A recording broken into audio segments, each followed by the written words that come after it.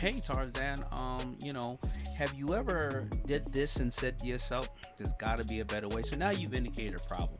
Well, I'm Daymond John, and I've been doing this for 20 years. And you know what? After all of that, I finally found the better way. I've qualified myself, and now I'm waiting for the hook to share it with you. And because I know you've already stuck like this, or you into your thing, whatever it is, and you don't believe in a better way, I'm going to give you two better ways for free. And now you've given them the barrier entry, but now you got to put a time on it. And if you call by tonight at noon, I'm going to give you four better ways. Okay, now there's a sense of urgency. And if you don't like the better ways, I'm going to, give you your money back. So that is the best way to pitch somebody an idea or a concept. Ladies and gentlemen, welcome to a special edition of the Money Mondays. Tarzan and I just pulled up the RV motorhome here to the resort in Carlsbad, California, because Daymond John was speaking at an event here. He was throwing a mastermind conference and had all these interesting characters. And so the whole reason we started with the RV motorhome is for situations like this. Because how in the heck we're going to try to coordinate with Daymond John normally when he's busy flying around the planet, speaking 100 times a year, filming TV shows, doing his business and all everything between. To try to lock him down to meet up with us at a podcast studio would be very difficult. So the RV motorhome made those things very easy for us to be able to pull up here with the motorhome to Mr. Daymond John. Well, I just actually got an RV yesterday. Shout out to Winnebago. So us RV people got to stick together. Bam. You didn't tell me RV. Once you said RV, I said, I'm available. Bam, he's in. All right. So Thank you, man. Thanks for having me. Thank you. So as you guys know, the way we cover the podcast is under 40 minutes per episode because the average workout is 45 minutes. The average commute to work is 45 minutes. So this episode will be between 36 and 40 minutes for your listening pleasure. Also, we cover three core topics: how to make money, how to invest money, and how to give it away to charity. So as you guys know, our co-host here, the real Tarzan, just got back from Africa. He spent a month out there, so I've been sad but here by myself making episodes. Our first one back, of course, you can't miss his boy Daymond John. We had to get him in here. And so, as you guys know, Tarzan's getting over 200 million views a month on social media, but during his trip to Africa, he was getting 200 million views per week because he was out there with gorillas, lions, and tigers and bears. Oh my. All right, so we're going to dive right in. Typically, we do a bio. We have our guests to do a quick 2-minute bio. I don't necessarily think that we need that for this one with Daymond, but I want to dive right into questions. They can come right in. So an RV motorhome, it's okay. All right, I didn't know you were actually in Africa. I saw that. I didn't know if it was back in the days or something, and you had you were looking at a skull of something. Wow, that was cool. And you were just roaming around out there, just looking at skulls of something they'd just eaten that could be around, and they may want some dessert. All right, well, let's get into it. I'm glad you're back, man. I'm glad you're back. Congratulations. Let's dive right in. Let's do it. Daymond John, on the making money side, for the people out there in the country, some people are going through trying times. Some people are having amazing times based on where they are in the economy and how they're dealing with the different things that are going on in our world. Inflation's going crazy. How are some simple things for people to be able to make money? Well, that's a very general question. The simple things on how people can make money is, first of all, invest it. But first of all, again, it's not about, what you make. It's what you save, what you retain. So what are you bringing in? And let's look at the leakage. Can you cut back on? And I'm going to think about the average person that makes an average of $40,000, $50,000, $60,000. What can you cut back on in your life? Number one, to retain as much. And then where can you put it?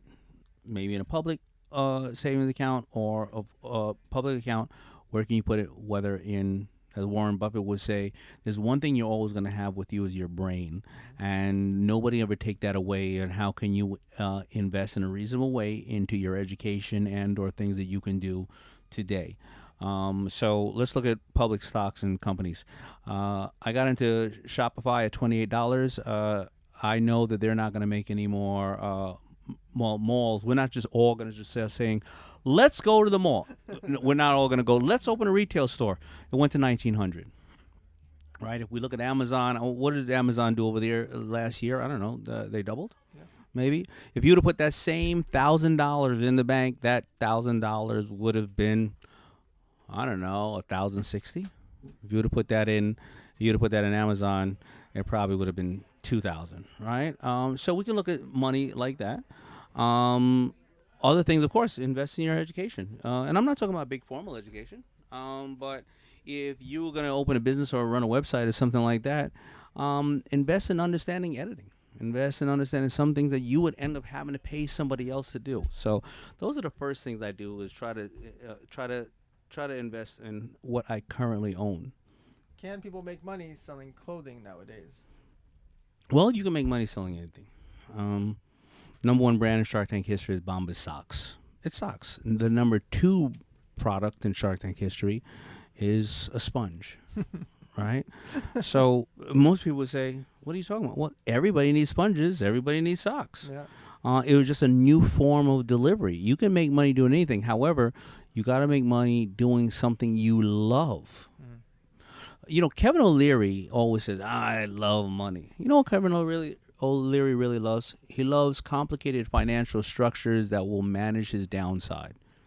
It's not that he loves money. He just loves being able to put it together with something else and making sure that if it goes bad, he doesn't lose that much, but the upside is great. He really technically doesn't love money. He loves the process. It's a chess game to him. Tarzan here obviously loves animals, and he loves animals in certain ways that, protection, highlighting them, giving them, giving people the education on these beautiful things that we coexist with. He makes money doing it, and if he did not make a dime doing it, he would be so fulfilled for the rest of his life. And what are you trying to make money for? Right. You're usually trying to make money for, of course, education, medicine for your family, to protect yourself, but generally you're trying to make money to buy yourself or give yourself the option to not have to go to work or to give yourself this joy. If that's the payday for yourself, then understand what the value is of money. There's money and then there's value, So let's pretend we have the Back to the Future car. Yeah. And remember, the Back to the Future car could go back to like 1988. Mm-hmm. Think of the difference of when you first launched Fubu back then, just having to take a mortgage on the house and having a couple $1,000s and getting your 4 friends together, versus you launching Fubu today with the same 4 friends.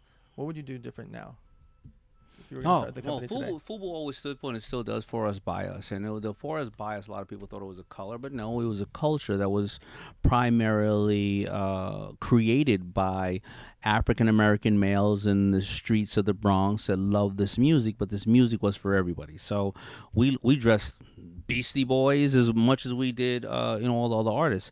And that's what Fubu stood for in those days. And at that time, there was nobody who was, and it was a unique selling proposition. If you wanted to buy any kind of or support any kind of African American themed clothing, you would either have to buy kente cloth colored stuff, or the pioneers of the industry I'm in, Cross Colors, they made denim that was blue, but then also the kente cloth colors. Yellow, green, I think red, right? I don't want to wear no yellow denim suit. I ain't trying to show up looking like a banana. That's not my thing. So I did goods that were more American cowboy. Nothing against Cross Colors. I wouldn't be here without them or Carl Kanai. Make it very clear. And so that's what it was then. Well, today, what would Fubu be? Well, what is the plight of the people today? The plight of most people is, I can't trust the government. Interest rates and everything are out of this world. So even if I work a regular job, rent is going up like this and my pay is going like this. Mm-hmm. So the middle section is being compressed. Well, today I'd probably launch Fubu if it was the way of what I would say. You can't. I don't need to worry about stores. I would have one young man, one young woman in each college and in each high school that are official Fubu representation, and they're the only ones who could sell you goods. They would do like our buddy 5-4 denim. Yeah. I would give them. If they give me $100, I would give them $200 worth of Fubu, or $250 that they could sell. I would also get a bank to say, we're going to underwrite or credit you the first.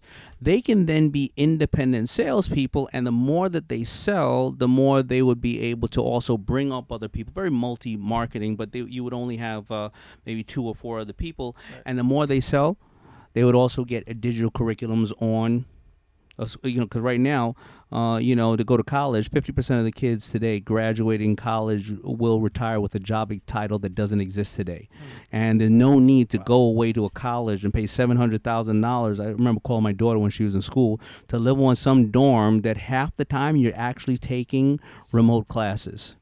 It's just a huge waste of money. So these kids would probably, every time they hit a criteria number, they would get, here's another digital marketing course, here's a social media course, here's a finance course, here's various other things.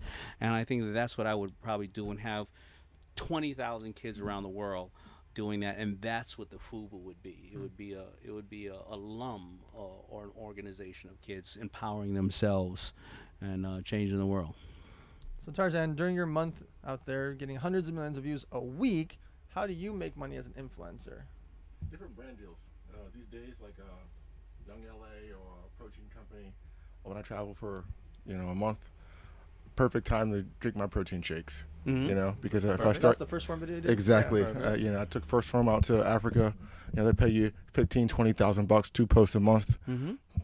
12 months in a year. That's excellent. Boom. I got dog food. I got cat food right there. I got a flight somewhere there and back, a hotel. If I could pay for my shooter for the month, So when you have a protein deal and then you have a clothing deal, there's something my mentor Dan said, you can have a watch or have a cap or have some shoes. I've been getting sent Nikes. I did a deal with Nike back in the day for free. They sent me some shoes. I wasn't like, what's your rates? Well, I got you for free. Don't worry. When you go put your stuff in your portfolio, when you're an intern at Nike, and everybody has 500,000 views, 800,000 views, and they spent some of the budget, and you spent exactly. There you go. And you spent none of the budget, and you got the highest 4 million view video from me, and then you get the job, then you call me back like, hey, 10 months later, a year later, do this, do that. I got some budget for you. Yeah, well, you know what? That your social media is your inventory, and even if somebody's not paying you, it's called what we call remnant time. It's like a hotel. If a hotel has 400 rooms in a hotel, and at noon they only sell 100, they have 300 rooms that they will never be able to sell and get in or money. So you go and get those rooms at 20 cents on the dollar, or give them at 20 cents on the dollar. Well, now you got somebody who's at least experienced the hotel. Maybe they've eaten or drank downstairs. They had some guests over. So when you look at your social media, it's remnant time. The same as a flight that takes off or a radio station that doesn't book the time. So people are so busy, like, pay me for this, but I'm still going to wear a hat anyway. I'm still going to wear this anyway. So if it's not your own personal brand, put something else on, right? I'm still going to be sitting in front of something. I've been doing that lately with art. I've been saying with fine art. I've been saying that, listen, athletes, and some, athletes and singers, they get to a point where they have managers and they get to do really well. But I've learned that the art community has a large amount of addiction, and the art community are people who make and create these beautiful things that most of them will never be known, and get somebody else. And off of their pain, we get to see these things. So I said to myself, I said to a couple of rappers the other day, I was like, why don't you put fine art inside your, or people that are emerging artists, why don't you highlight their piece as backdrops? You need a backdrop anyway. Who cares about, some of these luxury brands that you're busy bragging about in there? Why wouldn't you put them in? You know what? They become a Keith Haring 20 years later, because that's what Mick Jagger and him did together. And so I think the same thing. You put the Nike on, and that person, believe it or not, I'm old enough now that the people that I knew that were carrying records now are huge. And they remember me from 20 years ago, and they were like, man, I was standing outside trying to get into a party, and you were like, come on in. Yep. Yeah, I just told you the story. My very first time going to a nightclub was at Rum Jungle. Yeah. During the Magic Convention. It's still burned in my head. My first party was a FUBU party. Yeah. Wow. 20 Full years ago, circle. 21 years ago. Okay, let's do a fun little live action situation. Tarzan the influencer wants to get a hold of Daymond John, the clothing brand owner. How does Daymond John react when he gets a DM or an email from an influencer? How do you engage with an influencer to work with? Well, we check them out first. First of all, an influencer, to me, it could be somebody with 100 people. It all depends on what they're doing. So we check them out first. And if I didn't think that he was necessarily the person that fits what I'm doing, I would ask him, I'd say, thank you for reaching out, because my mommy always said I had to say thank you and respond to people. And I don't care if somebody offers you just $1 for your house. It's $1 more than most of the people offered you. So first of all, say thank you. And then I would want to know, what's up, how can I help you, and that's it. And then once he tells me what it is, I'd be very honest with him with, you know, with some of the things we're doing. So if he says, hey, you know what, man, I'm really into sports, man, and I've been wanting to really get to Mark Cuban. Well, I could say I've gotten that request 10 times today. Screw you. I can say I don't have time. How's he going to take that? Well, there's another way to say it. Why throw it on him? You want to pitch Mark Cuban? You know why I'm on Shark Tank? Because I want to pitch Mark Cuban. I got my own goddamn ideas. Leave me alone. And then he'll go, oh, yeah, oh, you know what? You're right. There's certain ways to deal with it. Now, what if he is somebody who is doing great? I would still say, how can I help? And no matter what, when we part in that conversation, it's almost like leaving a gift bag. It would be like, well, listen, here's what I can tell you to do, whether we do business or not. Here you go. Just so the kind of interaction was a pleasant one. So Tarzan, let's say you're going on another trip. You're going back to Africa in November, and you want to get $50,000 from one of Daymond's clothing brands, for example. What would you say to make it compelling for him to want to sponsor this $50,000 trip? Well, I would definitely start off by saying, you're going to get the most exposure for that time, November. You're thinking about Black Friday. You're thinking about Thanksgiving. Everybody's out of school on their phones. So I'm here to maximize exposure. So I'll say, hey, whatever you're paying somebody else, I'll give you a discount, and you're also going to increase your followers. You're also going to increase your engagement and also your viewership. Boom, Black Friday, Christmas. If you're there, you're there, because we're going to be in Africa posting live content with your clothes on. So a lot of views. A lot of views. A lot of views. Can't miss it. So we talked about the making money side. Let's go on to the investing side. So you get pitched, like you said, 10 times a day. The number's probably higher. Mm-hmm. People wanting you to invest.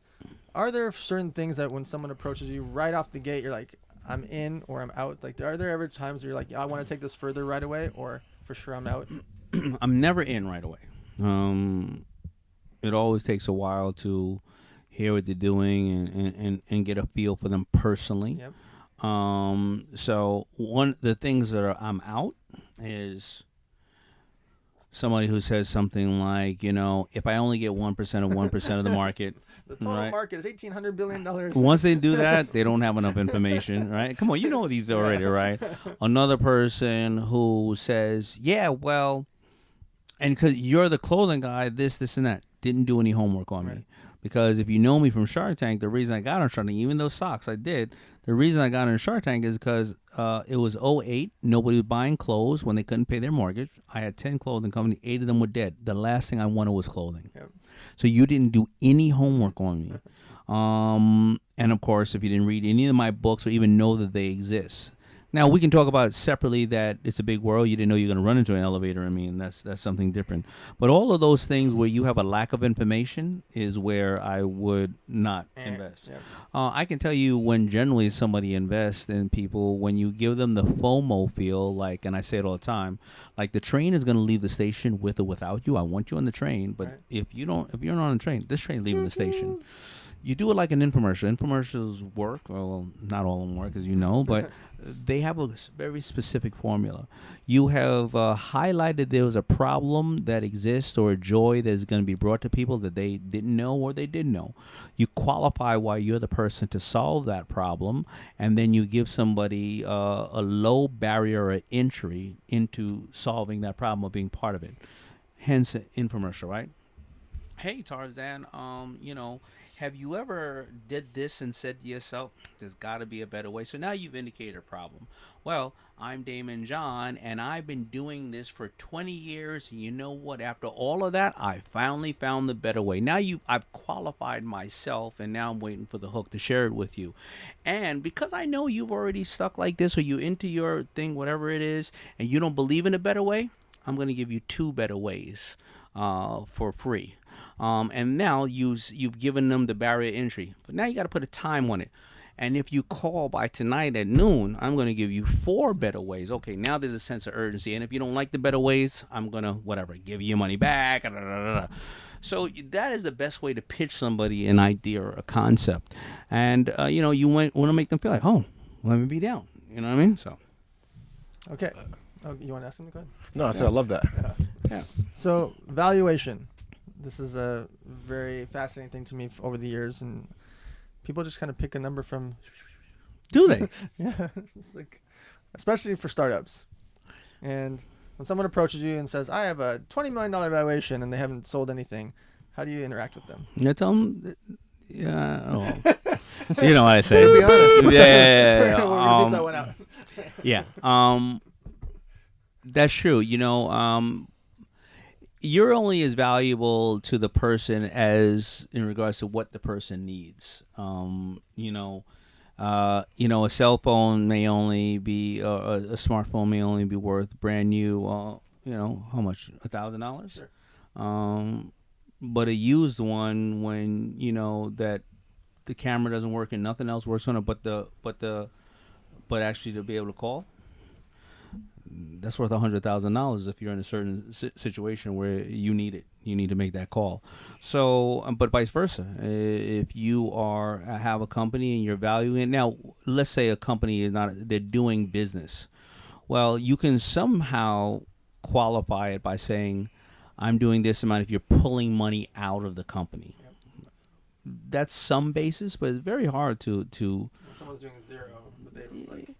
Listen, I did 300. I had $300,000 in orders. And when I did my deal, I did a 50-50 distribution deal for no money. It was zero. Why? I knew they had distribution. Right. So I could have taken in $5 million or $10 million, but as you know, business is a huge cash suck. I don't know how sophisticated the audience is, but some of you people can understand. My deal was that I can have $1 billion in orders, and if they were triple credit rated companies, Macy's, JCPenney, I had no personal guarantees, and I can open an LC right away, a letter of credit right away. So what was the value of that? Right. You know what I mean? So again, it all depends on what people have. I'm going to walk you through exactly what Daymond just said from a real life perspective. When I was doing the energy drink business, I was getting orders for $1 million, $500,000, $2 million. Well, every time you got an order, you needed around 50% to manufacture it, but the company, let's just call it Costco, isn't going to pay you for net 30, net 60, or net 90 terms. Let me walk you through that. Exactly what Daymond was just talking about. The fact that he had lines of credit or he was able to get money for manufacturing was massive because I had to go beg, borrow, and steal to figure out how to finance an order for Costco. So let's say January 1st, they say, we're going to buy $2 million worth of your energy drinks. Wow, sounds cool, right? But I have to now come up with $1 million to make that product. They don't want me to ship it till March 1st. This was January 1st order. March 1st, ship it to them. And then the clock starts ticking for net 30 to net 60. Meaning April 1st or May 1st is when they're going to pay me the $2 million. So that's 4 or 5 months later from when I had to come up with the money to make the drinks. But wait, there's more. What if I actually do well?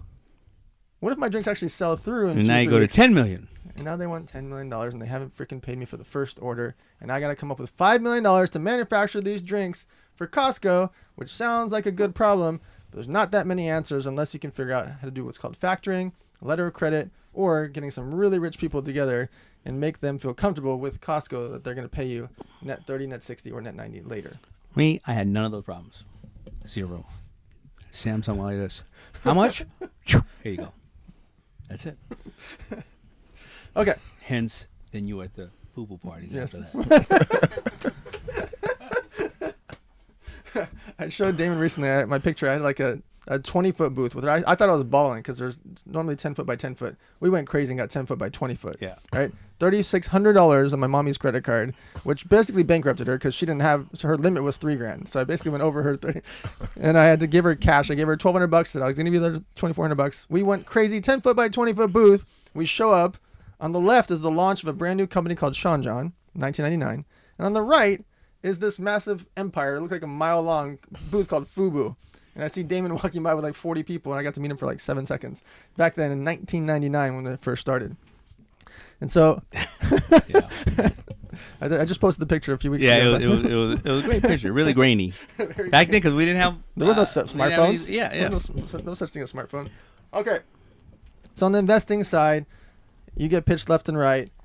Do you go product category specific? Like once you've invested in socks and someone else has something sock related, would you still invest in that category? Or you're like, you know what? I got that checked off. Where someone comes up to you and says, hey, I want you to invest into this food business, but you already have food. I don't really want to do that anymore. Or sometimes they can play well together and kind of leverage each other. Only if they could play well together. I look for, I look for strategic relationships in anything I do. I try to maximize, and sometimes I do it too much, but I try to maximize every bit of the resources that I have. So yeah, if I'm doing food, well, if I have something, I don't know, is biscuits or something else like that. Well, if I'm selling to a bakery type of shop, and I know that there's something else I have that can sell into that category, well then yes, I'll do the if the investment is right, I'll do the investment because I can have the.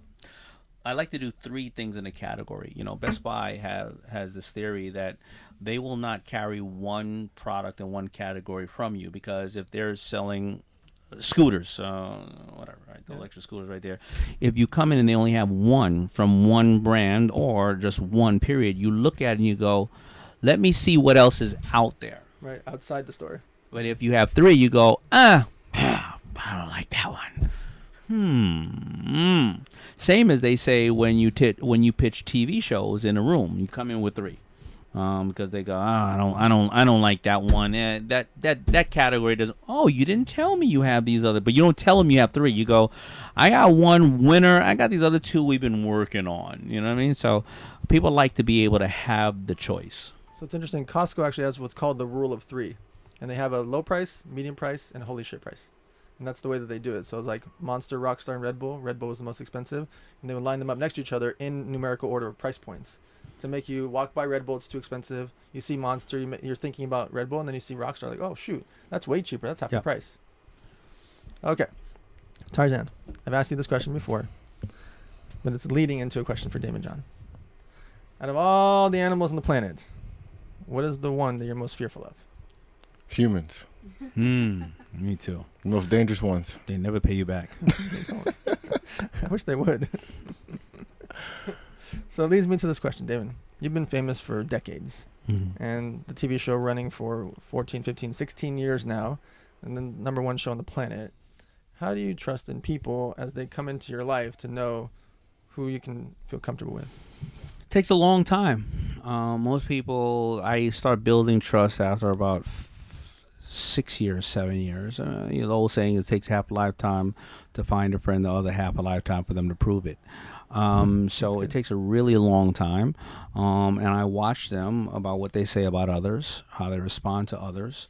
Where were we the other day? I was talking on a stage with a very well-known speaker, and it was funny. He said that Southwest had a big issue at one time, or one of those companies, I think it was Southwest.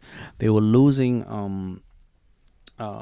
flight attendants, and their reports on them were, these were the worst people ever. And an expert came in and said, stop interviewing them one-on-one and interview them in a crowd of 100. I said, okay, cool. So you okay, man? I feel great. RV's hot. Yeah, it's hot. All right, got no problem. It's called the sweater for a reason. So they interviewed them in a crowd of 100, and they said, oh, we got some decent candidates. They said, you're watching the wrong people. So who are you watching? Watch the other 100. Watch the people in the room, because when that person's up there, I'm going to do this and that. Watch the ones who are like rolling their eyes, and watch the other ones who are like rooting. They're going for the same job, but they're rooting for them. And they said, watch them. When they turned that around, their approval rate went up 77%. Wow. Watch the people you're around on how they talk and deal with other people. And that's what they're doing with you. That's fascinating. Yeah. Interesting. You have any questions before we go into the last chapter? Yes. You had mentioned earlier that you had, I think, 23 to 27 where you don't even remember anything. You were focused. You were locked in. I've been there before. All three of us have. You guys are much more further ahead than me. Have you had? You guys have had. You said you had those moments. Further ahead than you on what? Just business experience, age, yes, for sure. Just say it. I'm 30, Just clarifying. so I'm pretty sure. When I was 30. I don't remember when I was 30. Yeah. All right, go ahead. So basically around the same time, do you guys have those moments again down the road when you're 40, 10 years from now? Do you say, hey, I've got the money, I've got the business is rolling, the fun's not fun anymore. What's fun now is hitting my emails 10 times harder, hitting my daily small disciplines, getting my coffee at 8:01 in the morning on the dot, hitting the gym, 55 minutes on the dot, hitting yoga, every Tuesday. Does that become the fun part down the road? Do you take that time again from, 38 to 42 to say, hey, I'm locked in. I don't remember shit. My company went from 100 million to $1 billion. My fun's the game. The good, the bad, the ugly. I know there's going to be bad stuff. We know there's going to be lawsuits and headaches and people lying, cheating, and stealing. I know that stuff's going to happen. And I'm fascinated by that and the human dynamic and the psychology of it. And trying to guess who's going to try to do those type of things. But the game is what's fun to me. Like the raising the capital, funding the deal, watching the manufacturing, watching the shipping, seeing the good, the bad. I like all of it. And I'm okay with it. I'm calm in the chaos. When the bad stuff happens, I'm expecting it because we've been through so many things over the years. He's full of shit. He's a new dad. Let me explain. How old are you now? 43. Oh, I remember when I was 43 too. How old are you? I'm 55. So I good, think man. that. Thank you. I think that the thing that has made every one of us the hungriest motherfucker on the planet is that we go narrow and deep on something. He's 100% right. We enjoy whatever the game is. Yep. But we will get to a point where, first of all, anything we don't like what we're doing, we get out of the way. But we'll get to the point where we get fat and lazy off of the success of it. And then we'll find ourselves and refocus on something else.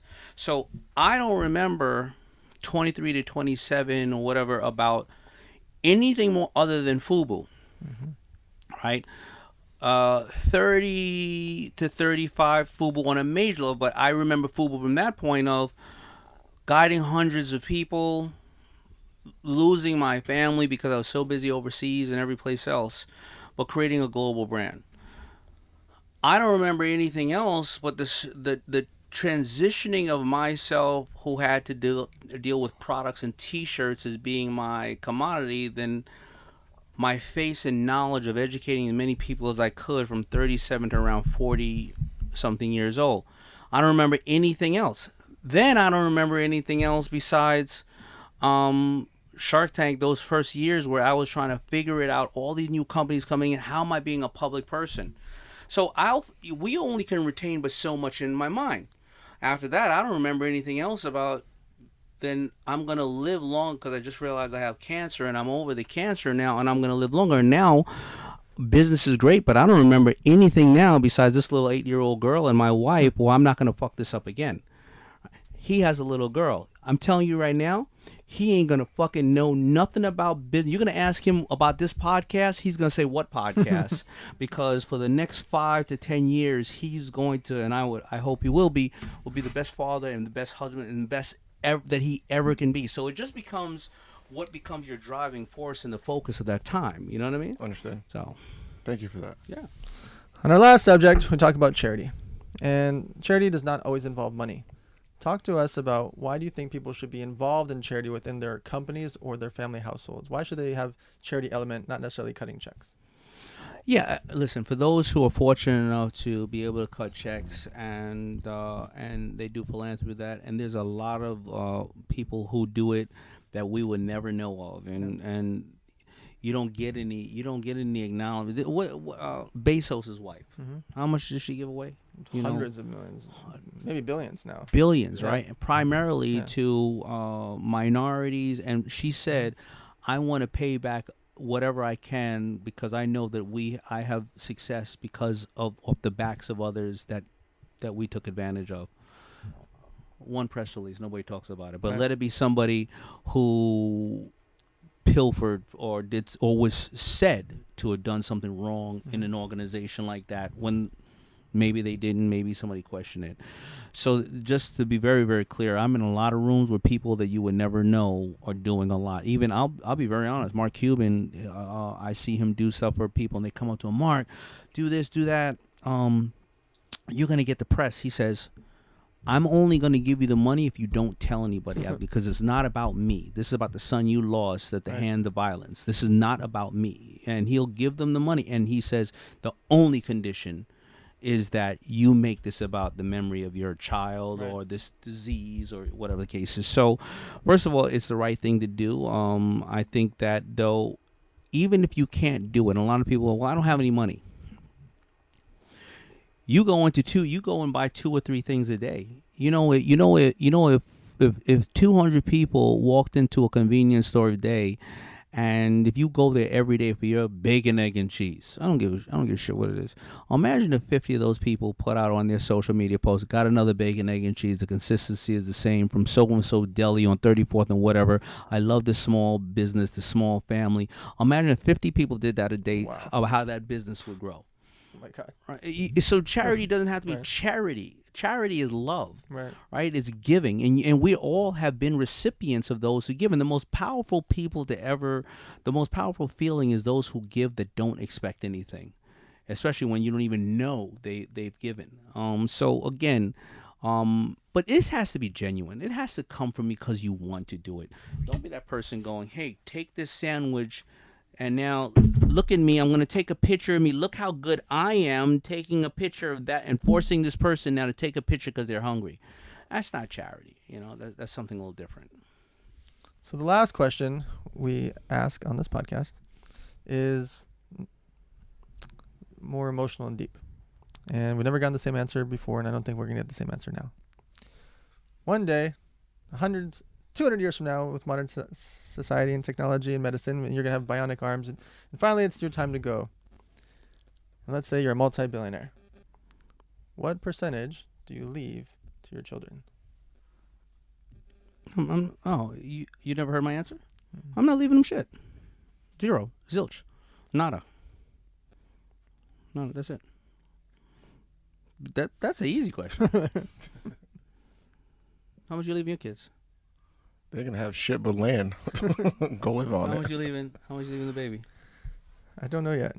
I've asked this question over and over and over and over and over. How and many over. people said nothing? A lot of people, right? It's different. They've framed it much different. Okay, let me clarify. So I have 2 older girls. My girls are 30 and 25. They know they're not getting nothing, but I've said it from the beginning. And I've done it for various ways.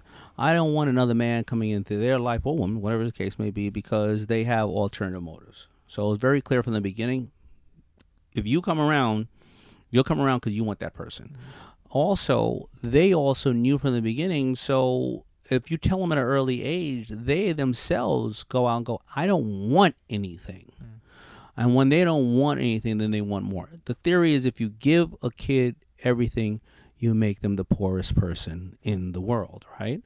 And if you do look, and I say it all the time, you look at the Fords, the Carnegies, the Mellons, all the Rockefellers, the ones who have founded this, the titans of this country of ours. I say it all the time. Their foundations and a lot of stuff they do, we still benefit off of. I think Rockefeller, created the national parks. I mean, that we enjoy, right? Put aside that land. I know many of their kids. A very small percentage of the trust fund kids, they still run some of the organization great, but why don't they own the Teslas, the Instagrams, the Facebooks, and all the Googles of the world? They could be an early investor. Now their funds may be, because the first generation makes it, the second enjoys it, and the third destroys it, because they've gotten it all from the beginning. You can't do that.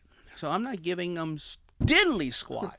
Now I will be leaving money for them to at least, let's say my daughter will, of course, if she want to get higher education, or if there's a certain amount of money in the board, will say, yes, you want to take this amount to open a business, this amount, yes, and my grandchildren and my great-grandchildren will have money to get education and medicine, but up until a certain point after that, you're on your own, homie. And that's just the way it's going to be. I love it. Any final questions? All right, guys. You were listening to the Money Mondays. As you know, we've been running this ad-free for over 1.5 years now. So we want you to listen to the whole episodes. We have a 93% listen-through rate. That's why we've been able to stay strong on the charts. Number 50 in the world as we speak. It's because of you guys sharing, liking, commenting, subscribing, etc. All those things help us a lot to keep us up there on the charts so people can listen to this, because we all grew up thinking it's rude to talk about money. And here at the Money Mondays, we make it very passionate and very clear why you should have these discussions with your friends, family, followers, etc., to talk about money so people can learn about accounting, taxes, finances, loans, leases, all the things that we just don't talk about in high school. Because We don't talk about it. Well, we didn't know it. Yeah. You know, we were going off an old broken school system where, you know, they taught us, you know, how to go to shop and do various other things to be good employees or to build ships for wars. We're not doing that any longer, and they never taught us about finance and taxes and compounding interest and various other things. Yeah. So yeah, so you know, it's not your fault. Don't ever feel like you're stupid. You have to keep educating yourself on this because the tax codes change, money and investments change, and it's got to be part of your habit of doing it. Absolutely. All right, so check out Daymond John across social media if you're not already following him. Check out The Real Tarzan. Daymond's got some great books out there, and obviously spend some time watching some of these episodes of Shark Tank and researching on YouTube about finances, investing. You can check out some of Daymond's old speeches. Like consuming that type of content instead of like the reality television that's out there and a lot of the things that are going on in the world on TMZ. Those things are just going to be clouding your minds compared to learning about how to better yourself, how to better your business, and how to set yourselves up forever. We will see you guys next Monday.